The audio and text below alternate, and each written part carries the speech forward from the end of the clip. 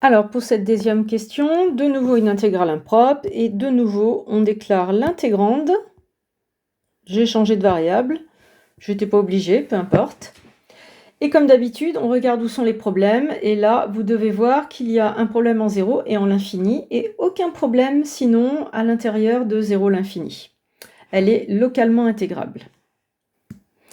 Alors dans ces cas-là, la définition du cours dit on choisit une valeur entre 0 et l'infini, strictement, et on étudie chacune des impropres. En fait, il faut se ramener à du simplement impropre. On étudie une intégrale impropre uniquement en 0 et l'autre intégrale impropre uniquement à l'infini. Je vous rappelle qu'il n'est pas forcément nécessaire de faire les deux études. Si la question, là, ça va être nécessaire puisqu'on vous dit que c'est convergent. Mais dans le cas général, il suffit que l'une des deux diverge pour qu'on puisse arrêter l'étude et dire que l'intégrale doublement impropre diverge. C'est la règle. Donc là, souvent on va choisir 1 comme borne entre 0 et l'infini. Et donc on s'intéresse à l'intégrande au voisinage de 0. Je pense que l'équivalent, c'est encore une bonne méthode. Sin t en 0, on a un équivalent simple. Donc on va regarder ce que ça donne, ne serait-ce que pour se faire une idée du comportement de cette fonction en 0. Les équivalents passent au quotient. Donc en fait, f de t, eh bien voilà, j'ai remplacé sin t par son équivalent, j'ai laissé le dénominateur intact et j'ai réduit.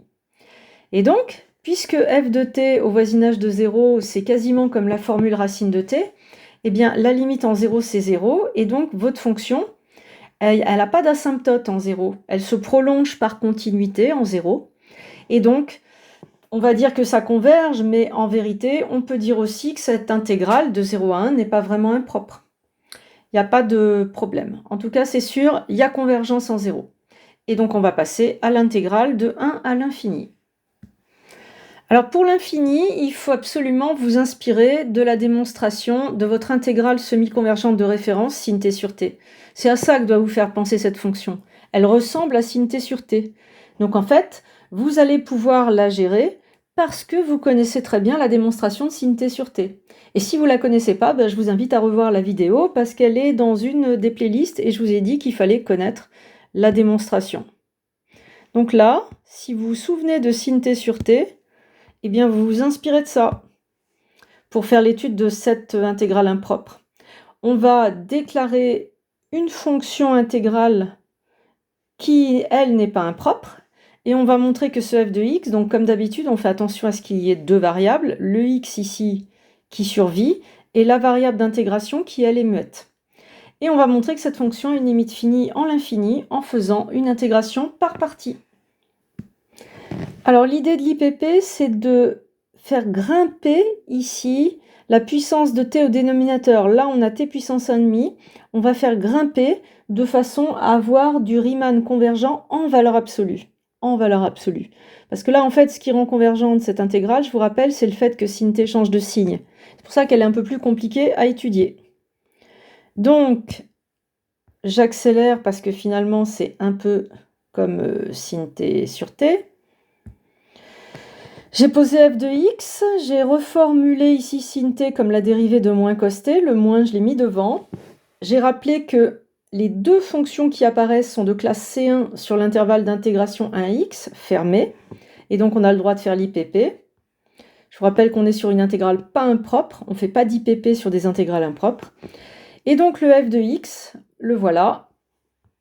Et après calcul du crochet, voici mon f de x. Il me reste à justifier que f de x a une limite finie. Donc je veux expliquer que j'ai le droit de faire tendre x vers l'infini et que j'aurai une limite finie. Ici, j'ai une formule avec x. Ça, c'est cos x fois 1 sur racine de x, c'est le produit d'un truc borné, le cos, par le 1 sur racine de x qui tend vers 0.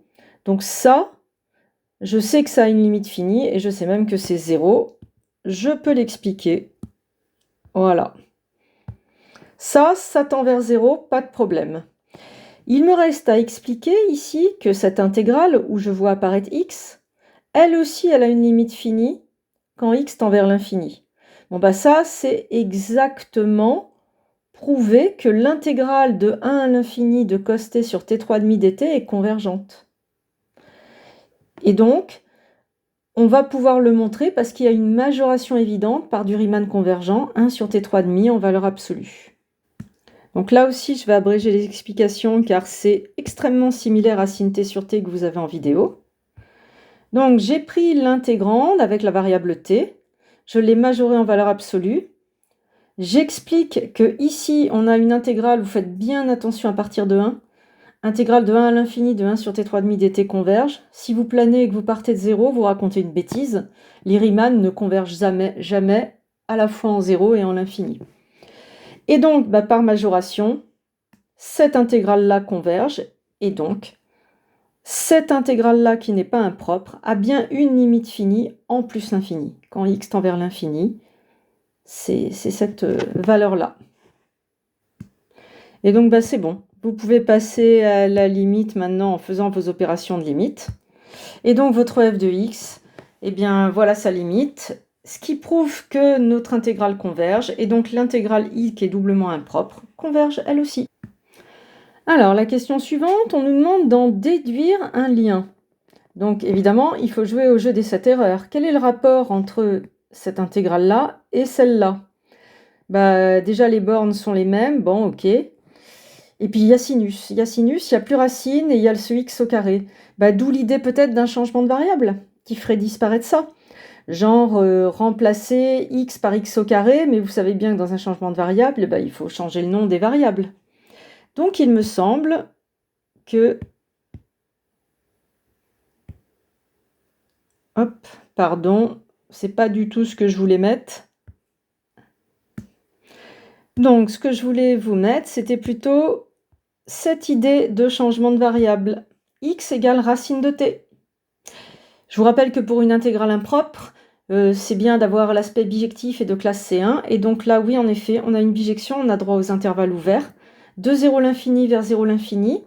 Ouvrir l'intervalle, c'est bien parce que ça permet de dire C1. Si vous me dites que racine est C1 en fermant en 0, il y a un petit souci. Elle n'est même pas dérivable en 0. Donc soyez rigoureux. X égale racine de t, c'est bien d'avoir l'idée, mais soyez rigoureux. C'est une bijection C1 de cet ouvert là vers cet ouvert là. Le dx, 1 sur 2 racine de t dt. Et donc d'après le cours, on sait que j est de même nature que l'intégrale de 0 à l'infini de sin t sur 2 racines de t dt égale 1 demi de i. Alors, j'ai peut-être pas déclaré, ça c'est j, et ça c'était i, déclaré en petit a. Et donc elle est convergente. Voilà pour cette question 2. On se retrouve dans une prochaine vidéo pour la question 3.